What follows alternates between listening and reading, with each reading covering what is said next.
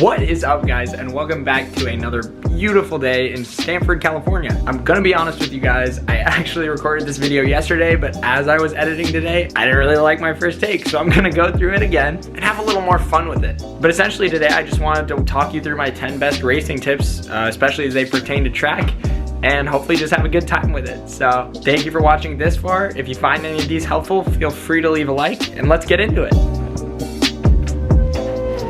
You probably can't even hear me from here.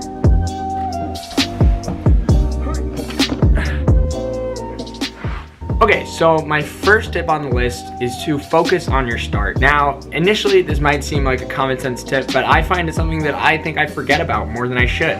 I think as the events get longer, the value of a good start can be undervalued. Essentially, your start is gonna be dictated by how you wanna run the race.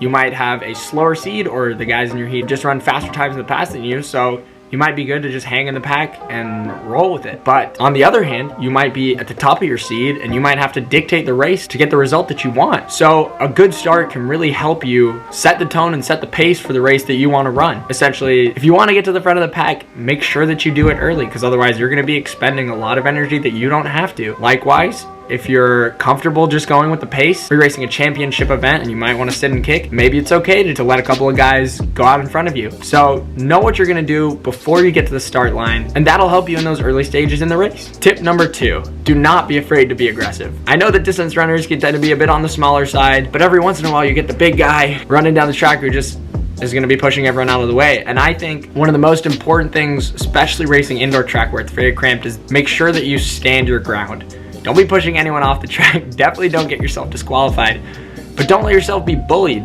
essentially, into getting moved into a position that you don't want to be in order to make sure that you don't get pushed up and down in the pack and you stay on a consistent pace, which is going to help you conserve energy, which is going to make you run faster. Number 3, I've seen a lot of my teammates at Stanford talking about this one, and it's remember your training. If you don't keep a running log, I'm gonna suggest that you do. That's a bonus tip. But if you do keep a running log, I know that some people find it really helpful to, in the hours leading up to a race, look back on your training, look back on everything you've done, and it'll allow you to contextualize and gain some confidence in the work you've put in already that's gonna help you out on race day. I think this can be a really helpful hint, because I think confidence is really important on a race. If you feel good, you're usually running good. So by looking back on your training and looking back on all the positives you've drawn from it, I think you're gonna be feeling a lot better on the track.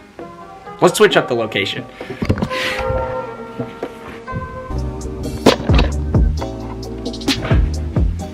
Someone in my dorm is playing some music that I know is copyrighted, so I hope that it doesn't make it into this. My 4th tip on the list is to find your pre-race tempo. Now, what I mean by this is essentially everyone has different pre-race rituals, and for me, mine have changed a lot over the years. I used to be one of those guys that just is all about the hype, is all about listening to pump up music, getting as amped as I can on the way to the race, right before I start warm up, and essentially listening to things like EDM, rap, and stuff that's gonna get the heart rate up and get me excited before a race. And that's what I used to do a lot of when I was younger. But now I found that as I get into events that are a little longer, it can be helpful to relax before the race, sort of not take myself so seriously, and therefore I think increase my focus and awareness in the race. So I'm not telling you that either way is right, but what I am telling you is I think it's good to experiment and find what works best for you, because I initially thought one way was better, but then a couple years down the road, I completely changed.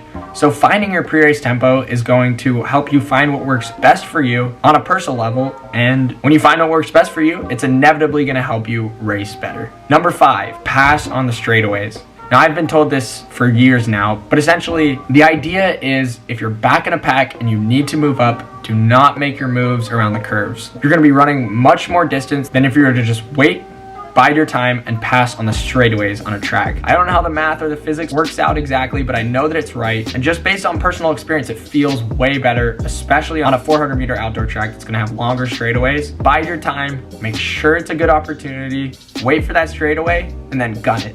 Number 6, focus on the 3/4 mark. Now, this was something that came up to me first in the mile, but I found that it's this weird phenomena that extends beyond into other races as well. Right at that 3/4 mark, it essentially feels like you're hitting a little bit of a slump. So for the mile / 1600, it's gonna be the 3rd lap. For the 3200, it's gonna be the 6th, and so on and so forth. You can do the math. It's kind of this limbo in between the start and right before the last lap when you're sort of saving up energy, you can really lose focus and let off the pace, and that can really hurt your time. So going into the race, the starting laps are always going to be fast. Getting through that first halfway mark is usually going to get itself done, but just make sure that you're staying mentally focused and mentally switched on, especially at that 3/4 mark. And then when you get to the last lap, your legs are going to carry you through it. I think we can move one more time.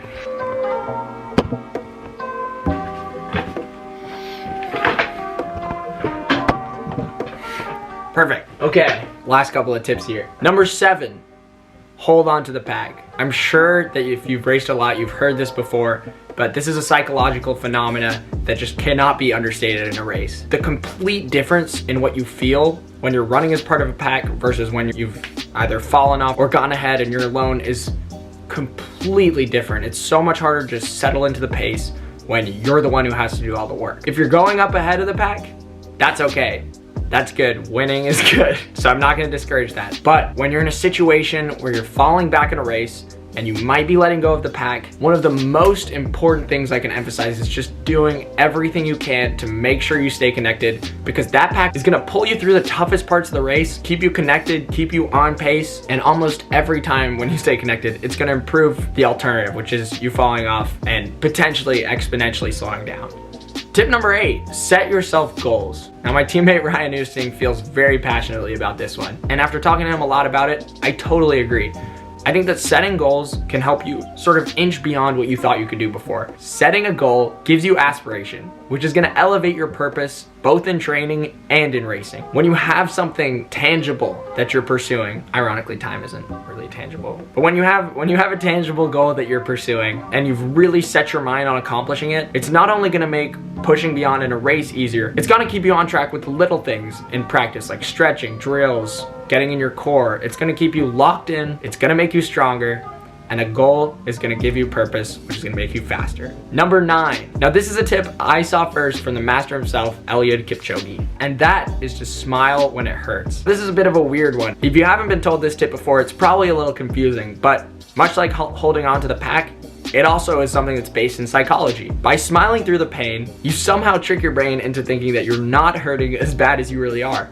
And as someone who has done it themselves, it really helps. I do this a lot in workouts when I'm starting to feel like I'm slumping a little bit or things are getting a little bit too tough. I just crack a smile and instantly I just feel this relief and this excitement and this enjoyment that maybe if I didn't smile wouldn't have come to me. And this is really applicable to a race. A race should hurt exponentially worse than a practice.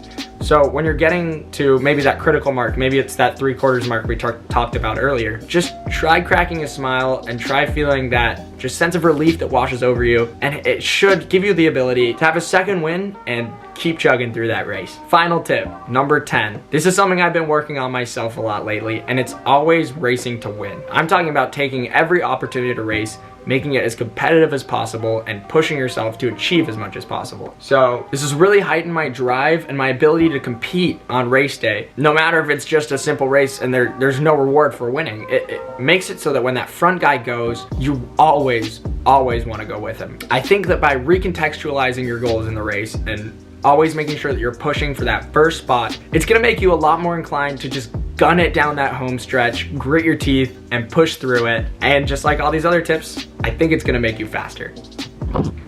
So I'm hoping right now that that second shoot was a little bit more engaging, and I personally had a lot more fun with it, and I hope that these tips were useful, and I really appreciate you guys just watching. If you liked the video, feel free to subscribe, and if you've got any tips that you want to share, drop them in the comments. And if you enjoyed the video, feel free to subscribe. That's it from me.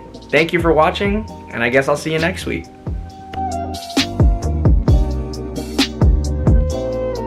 Yo, smash that like button, alright? Smash the like button. Smash the like button, alright? Smash it.